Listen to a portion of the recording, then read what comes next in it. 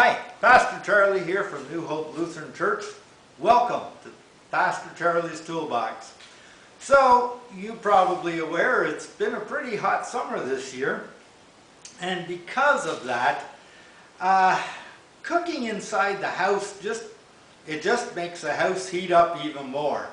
And so I got thinking, I wonder if I could cook in another building.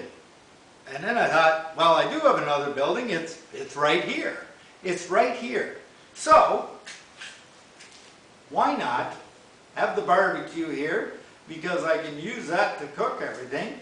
It's got the grill on it, and I've got a side burner where I can put pots of stuff on and cook on that as well. The only problem I came up with was, well, I need a lot of cooking implements in order to do the cooking here. And I'd have to haul them all from the kitchen out here, making several trips. And that's a lot of work. And I thought there must be an easier way. And then, wandering around here, I thought, you know what? I have all kinds of implements right here that I could use for food preparation. It's all right here. I mean, need a cutting board? Piece of plywood, no problem. And say I want to cut a loaf of bread. Let's use our imagination and pretend this is a loaf of bread. You just put it on the cutting board, you clamp it down, and implement number one. I've got this handy bush saw, just like a bread knife. Same type of blade and everything. Cut that. No problem cutting bread. I also have, for the barbecue, a spatula. And I mean a super spatula. Imagine you're flipping burgers. You use this baby, no more flipping burgers one at a time. It's at least two at a time.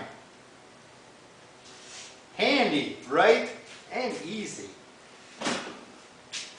You have to mix things when you're cooking. I've got all kinds of buckets here for mixing things. I can just use them. And to stir, paint sticks. I've got tons of them. Away we go. Now, if I need to speed that up a little bit, make it a little faster, I have a paintbrush spinner. Use these usually when you're cleaning out paintbrushes. Away we go. And if you want to put some barbecue sauce on your barbecue, the brush is already here. All ready to go. Now, any good diet is going to include vegetables, so usually use a knife, but I've got a box cutter, although it's got a pretty sharp blade, and well, for me that could be dangerous. So, let's imagine this is a piece of celery, shall we? Once again, just clamp it onto our cutting board and use a pair of these. You can just nicely cut fine pieces right off. And I probably should have had the bucket to catch things. We'll get to that later. If I don't want to get too close, I can cut with this little gizmo, which has a limb trimmer. And you just go like that. So I can stand back and cut the celery. Oh, that works beautiful. That's pretty nice. And you might notice I have another bread knife on here.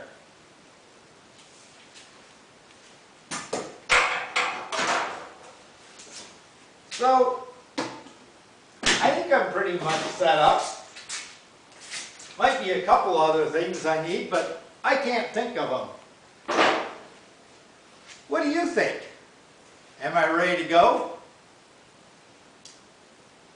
I realize, now that I've kind of gone through this, I realize you might think that this idea of mine is a bit, how should we say it, nutty? Yeah, nutty.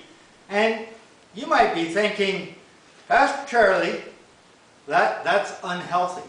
It's not in any way sanitary, and don't invite me for supper. I'm good, really, really. And you know what? You might be right. Taking a shortcut like that could actually lead to some really unpleasant outcomes. I mean, it is more work to have to cart all the proper tools here from the kitchen, but that's the route I probably should take. It's the healthy choice. And we shouldn't take chances like that. In our gospel for today, from Matthew 18, Jesus uses a parable, and he makes a similar plea to us. He's saying, do what is healthy for you. Don't take shortcuts, even when they seem so much easier, because in the end, you'll be happy you did.